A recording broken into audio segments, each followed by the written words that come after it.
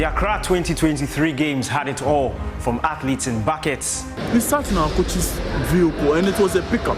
So most of us, like 8 players, were in the bucket. We didn't get any transport. We host nation, Ghana. Punches and best tubes. Me tube. Almost 2 races na a blast here. To the medals. I'm looking forward to more medals, not only in swimming, in all the other competitions. And of course, the custodians.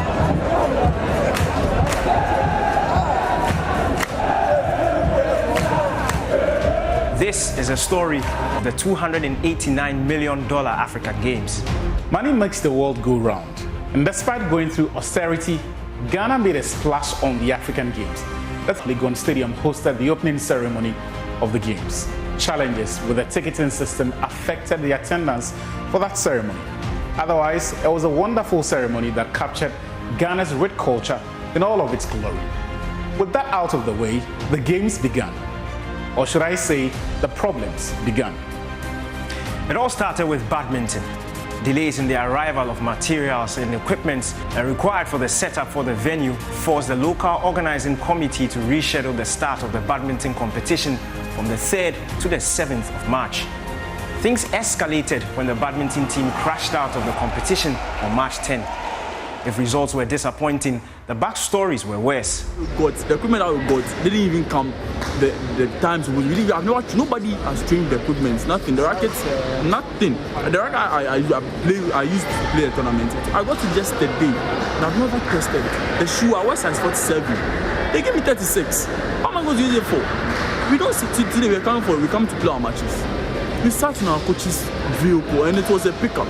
So most of us, like 8 players, were in the bucket. We didn't get any transport. We host nation, Ghana.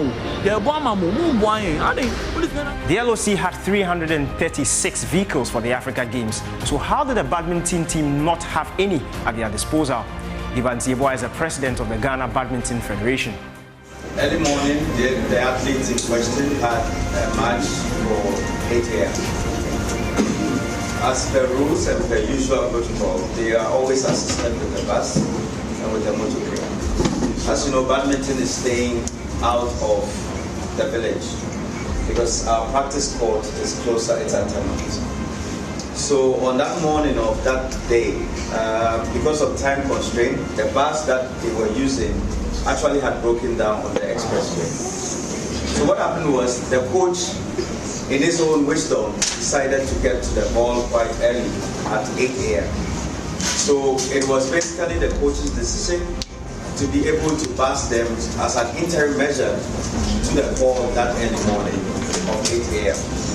At the end of the day, the regular bus schedule continued to take care of them, as it has been doing from the 3rd of March, and that there was no problem. Again, Professor Motayo, since the news broke out, he's been the team psychologist with us. Those of you who know him, he's a very best international psychologist. He's worked on them, and emotionally the team is basically great, and things are moving on to the next schedules that we have after this competition. Adol's outburst opened the floodgates for Ghana's athletes who until then had been as silent as the grave. Michael Sam, captain of the table tennis team, blamed his failure to progress to the round of 32 in the men's singles competition on poor preparations. The player I play with, they have experience in this competition. They've been to a lot of competitions. Currently, they just returned from World Championship in South Korea. And then if you look at the speed, they're a bit fast, you know. And so my loss contributed to the fact that they are very sharp, and then their speed level was also high. So you're not used to that? I'm used to, but currently, you know, table tennis is a game that when you play most matches, you gain more experience and the sharpness is there. Once you don't participate in most of the competition, you feel like your reflexes and other things are, you know, a bit low. So that is why I lost that much. You think that was bad? Just wait for what followed. A day before the press conference, the cycling competition at Ulebu had delayed because, and there's no other way to put this, there was no fuel for the ambulance. The riders have been this way for the past 15-20 minutes. There is no ambulance to begin the race. And in cycling, without ambulance, the race cannot be effective. So you can just imagine all the officials are worried. These are the officials, the PCP, and all the officials who can actually make the race happen. And the police and everybody here, everybody is worried and disturbed. When the event eventually started, Ghana's cycling champion Michael Naba withdrew from the race due to a malfunctioning bicycle. What is wrong? I can see the Ghanaian, he's back on the left side of the road. Naba and his mates in the cycling team were given no carbon fiber bicycles and had to rely on their old aluminium bikes. Well, me started here no, me bike in FLE, me tube. I want no ma, almost 2 race na a blast here, just because me need better tube. Me tube and me do training, and one I me use it for competition. Sports Minister Mustafa Yusuf blamed the Cycling Federation for not requesting the necessary equipment. I did state that the ministry and the LOC, the local organizing committee, we requested all the sporting federation to submit their requirements. What do you need for this competition? You've been selected as part of the sporting code for the competition. I've just mentioned that basketball submitted their list, and we went through with them. We have procured all the equipment for them. So if you are the cycling federation, we requested, and you know that you needed a fiber bicycle, not aluminum bicycle. It is your responsibility as a federation to submit your list to us, and we'll get. If you cannot get all, we'll buy. When we went to, I remember when we went to Tokyo, they requested for bicycle, and we bought it for them. The Cycling Federation then hit back when they published correspondence suggesting they had requested for the equipment as far back as July 2023. Sack me. It's too much. Every day they sack. Still, I'm standing here. Sack me. There was more embarrassment for Ghana as power was disconnected from the Cape Coast Sports Stadium midway through the Black Princesses' opening match versus Ethiopia.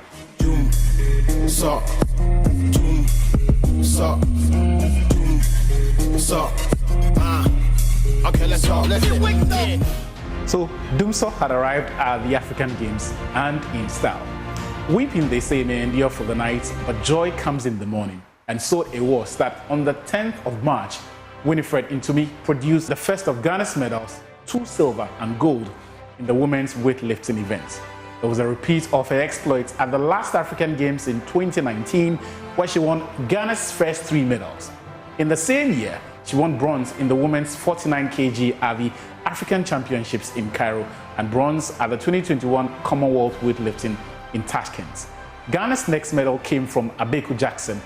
After a decade of competing for Ghana, the 2-time Olympian recorded a personal best of 24.23 seconds.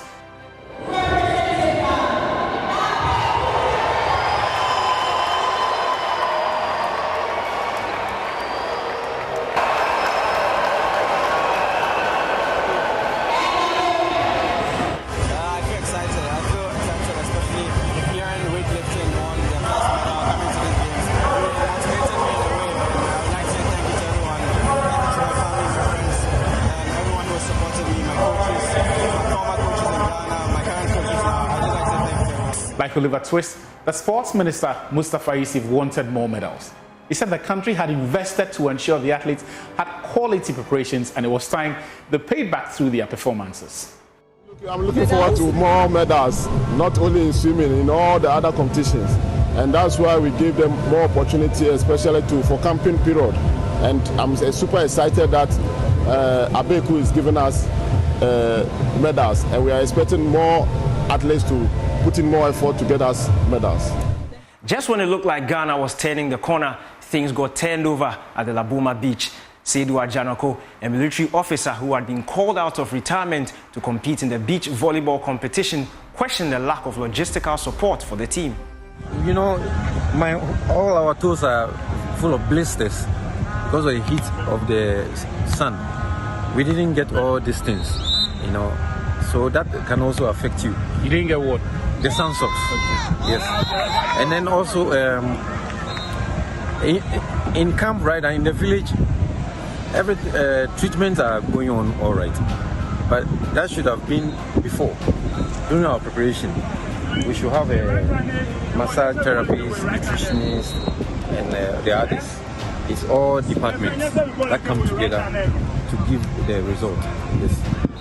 So we lacked some few things. Beyond the poor performances, officials and athletes engaged in a mud-slinging contest. It was nasty. Ghana needed some positive news. The games needed it. Up stepped Ghana's arm wrestling team. They delivered 41 medals in 2 days of the arm wrestling competition. And just like that, Ghana's medal haul no longer looked shabby.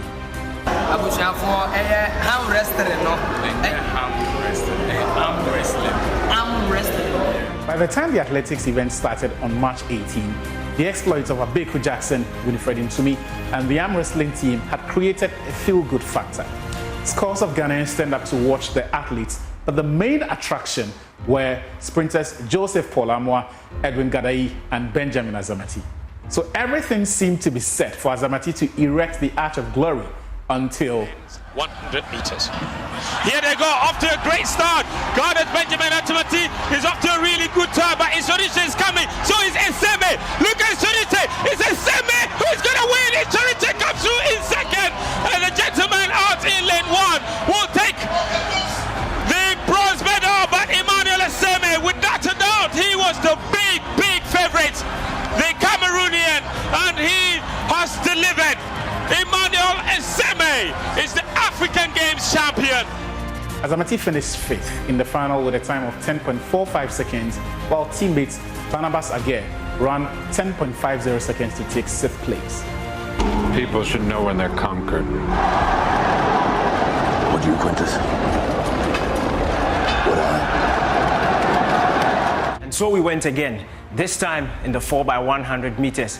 But unlike the Roman army in Vindobona, there was no turnaround in fortunes.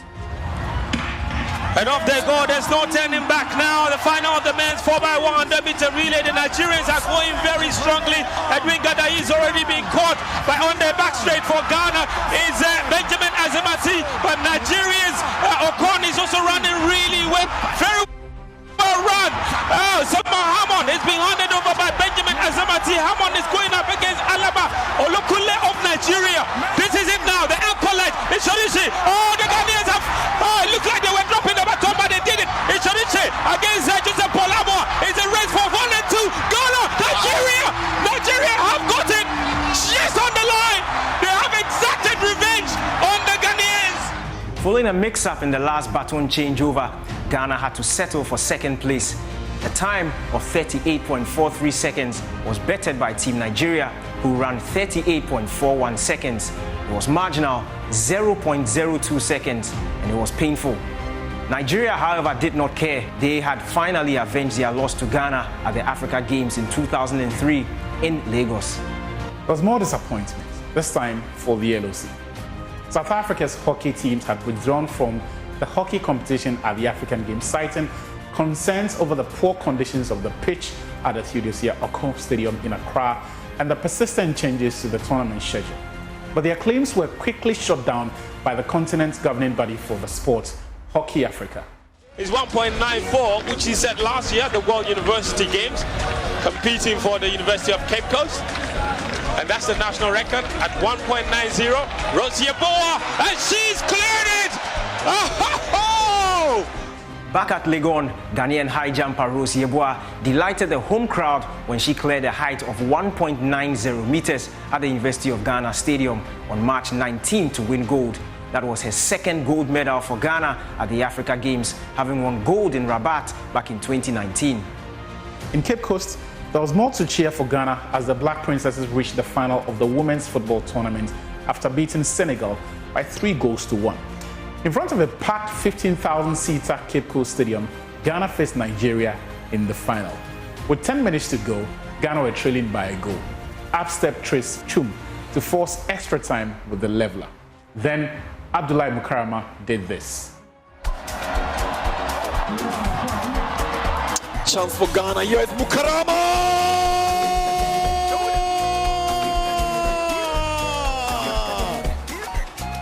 Ghana in the lead in extra time. It is Mukarama Abdullahi. She's shot Ghana in the lead from a goal down The Black Princesses are within a touching distance of the gold medal. The Princesses have silenced Ghana's noisy neighbors. This was Coach Yusuf Basigi's second gold medal in women's football at the African Games, having first won gold in 2015 at the same competition in Congo-Brazzaville. For their efforts, the people of Cape Coast showed their appreciation at full time.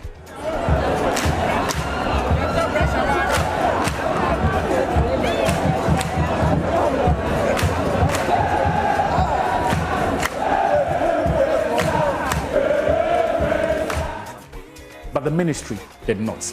The Princesses received their per diems, but not their winning bonuses. To make matters worse, the sports ministry and the LSC informed the team that the $3,000 initially promised all gold medal winners did not apply to team sports. The Princesses were told that the ministry would settle on an amount and pay at a later date. The ministry is yet to honor its promise as we speak. In Accra, their male counterparts, the Black Satellites, also qualified for the final after beating Senegal by 1-0. Forward, he has Ndiaye to beat it. 3 years able to get the ball in play, and Ghana may have a chance. The Ghanaians have scored, and guess what? The Samatex player, the man who scored the only goal. Ghanaians were beginning to believe. A good number of them made their way to Legon on the final day of the track and field events. Friday, March 22, was a big day for Team Ghana. 2 bronze medal contests in volleyball, 2 finals in hockey, men's football final, high jump final, the 200-meter men's final, and 5 finals in boxing. Women's hockey was the first on schedule. Another Ghana versus Nigeria affair at the Theodose Aokun hockey pitch. These contests have always been close, and this was no different. After drawing goalless in regulation time, the contest will be settled on penalties. The score remained deadlock at 3-3 until Ghana's goalkeeper Abigail Boy made a crucial save from Nigeria's Jerry Agalosa. Moments later, Ghana's Cecilia Amako calmly converted her shot, securing a historic 4-3 victory for the Black Sticks.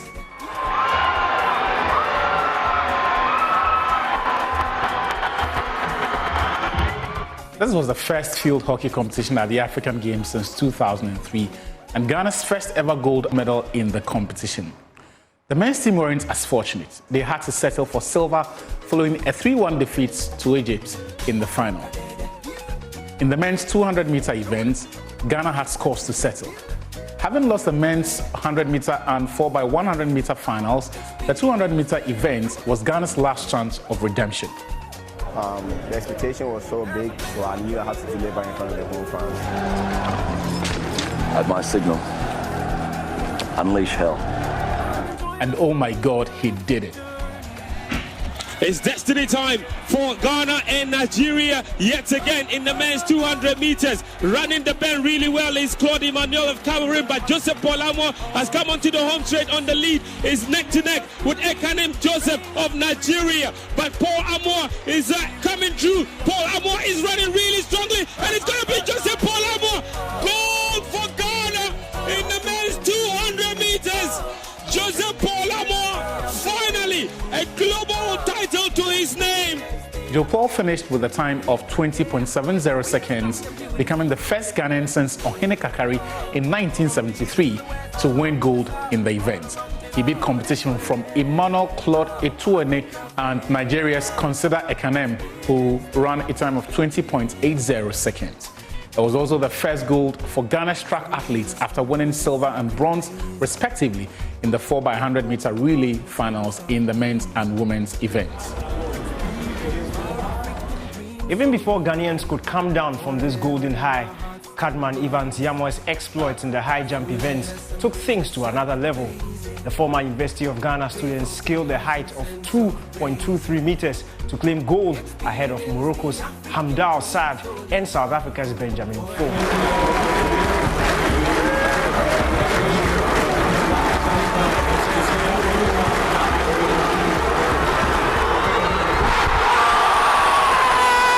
And Saad both cleared 2.21 meters in one attempt, while Mfo joined them at the third time of asking. But 2.23 meters was where the title was won, with both the South African and the Moroccan failing to clear the bar, while Cadman scaled it on his third attempt. And when he did, there was only one way to celebrate.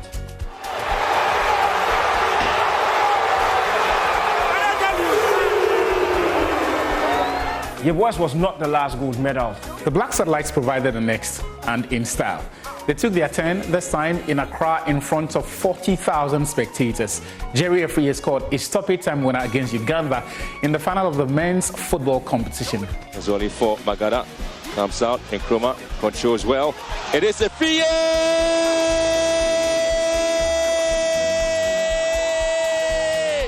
Overall, Afriyie scored 3 goals in 5 games for Ghana at the African Games. His performances have won him many admirers, including Ghana's all-time top scorer, Asamoah Gyan. With athletics and football out of the way, the focus turned to indoor volleyball. Men and volleyball teams won bronze at the Botiman Sports Complex. With that out of the way, boxing took center stage. Ghana's Black Bombers secured 5 medals on the final day of the boxing competition at the Games. Mohamed Aite won the country's first gold medal since flyweight Stephen Doche Ahiale's success in 1991. Aite defeated Tolembekwa Zola Levens of Zambia. Next, lightweight boxer Joseph Kome was in the ring. He dispatched Zambia's Andrew Chelata via a unanimous decision as all 5 judges scored on the scorecards in his favor. Gold at the African Games adds to Kome's silver at the Commonwealth Games in Birmingham on what is fast becoming an impressive resume. Ghana's third gold on the night came from Amadi Mohamed when he delivered a solid right hook in the second round of his bantamweight final contest with Zambia's Mwale Mweng.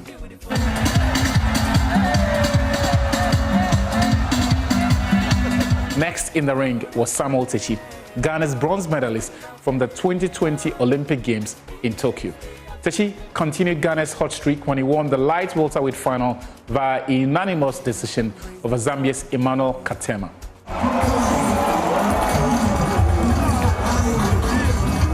The only blemish on the night came from Abubakar Kamoko, son of retired boxer Brahma Kamoko.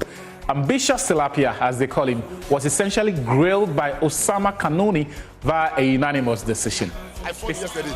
I thought the final was Saturday. So yesterday when I fought, this morning, I was not feeling well at all. I was having body pains. So my coach gave me medicine to take, but still, I didn't back off. So I want to beg Ghana, they should forgive me. They should forgive me. I will come back stronger.